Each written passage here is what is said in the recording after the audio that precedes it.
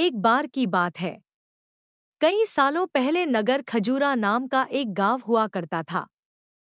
समुद्र के अत्यधिक पास होने के कारण वहां के सभी लोग पानी से जुड़े हुए काम करके अपनी रोजी रोटी कमाते थे। उन्हीं में से एक था भीमा मछुआरा, जो समुद्र के किनारे से मछलियां पकड़ने और उन्हें बेचने का काम करता था। अगले दिन समुद्र के किनारे के पास, किशन, आज तो समुद्र के किनारे बहुत सारी मछलियां पड़ी हैं। लगता है कल कोई बड़ी लहर आई थी। भीमा, लगता है यही हाल है आजकल समुद्र में भी। बहुत उफान आने लगा है भैया। पहले की तरह शांति नहीं रहती। किशन, लेकिन हमारे लिए किसी भी फायदे की नहीं। ये मछलियां तो कल की मरी पड़ी होंगी। बाजार में हम सिर्फ ताजा मछलियां ही बेच पाते हैं। चलो तुम अपना जाल लगाओ, मैं अपना लगाता हूं। आज का काम शुरू करते हैं।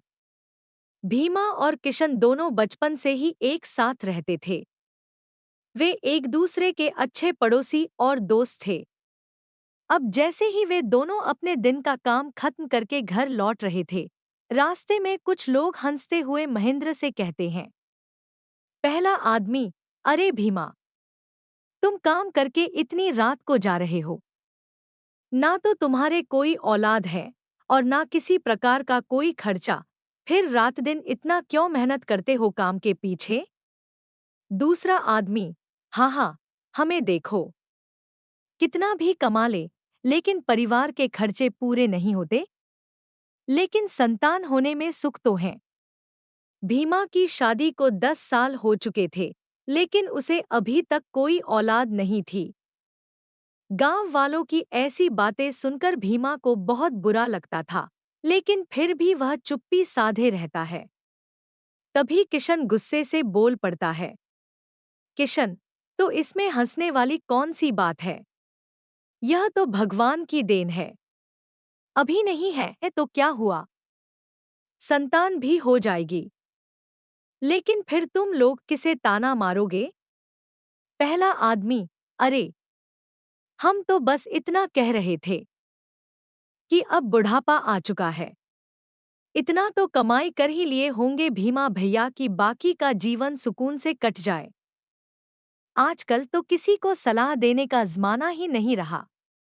दूसरा आदमी, हाँ हाँ, अगर ये कुछ छोड़ दे तो हम जैसे नए मछुआरे भी कुछ आमदनी करें। लेकिन सारी मछलियां तो ये ले जाते हैं। किशन, तो सीधे सीधे कहो ना, यह बात है। भीमा की तरक्की से तुम्हें जलन होती है। उस बात को घुमा फिरा कर कहने की क्या जरूरत है? और आइंदा परिवार को बीच में मत लाना, समझे? भीमा, अरे, रहने दो किशन, इनसे बहस करने का कोई फायदा नहीं। चलो घर चलते हैं यार, देरी हो रही है। वहां से जाते वक्त बसंत सुंदर से कहता है। बसंत, अरे यार, भीमा को इतना नापसंद क्यों करते हो? भी उसे देखते हो तो गुस्से से लाल पीले हो जाते हो। सुंदर, अरे कुछ नहीं, बस मैं बचपन में हर चीज में इससे अच्छा था। इसके बाप दादा हमारे यहाँ से उधार मांगा करते थे और आज देखो, सारे गांव के लोग इसकी बात सुनते हैं और हमें कोई पूछता तक नहीं। बसंत, अच्छा, तो तुम्हें उसके पैसे से जलन है। समझ गया, समझ गया। लेकिन एक बात बताओ, उसके पैसे ना होने से बच्चे का क्या लेना देना? सुंदर, वही तो बात है। किसी को बताओगे तो नहीं? तो फिर तुम्हें बता ही देता हूं कि कभी भी बच्चा नहीं होगा। तुम ये बात इतना यकीन से कैसे कह सकते हो भैया?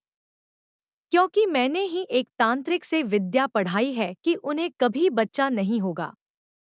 सुंदर की यह बात सुनकर बसंत दंग रह जाता है, पर डर के कारण कुछ नहीं कहता। भीमा बचपन से ही मछुआरे का काम कर रहा था। वह अपने काम में बहुत माहिर था और उसकी आमदनी सभी मछुआरों से काफी ज्यादा थी। पैसे की उसे ज्यादा कोई कमी नहीं थी, परंतु फिर भी संतान न होने के कारण उसके जीवन में एक सूखापन था।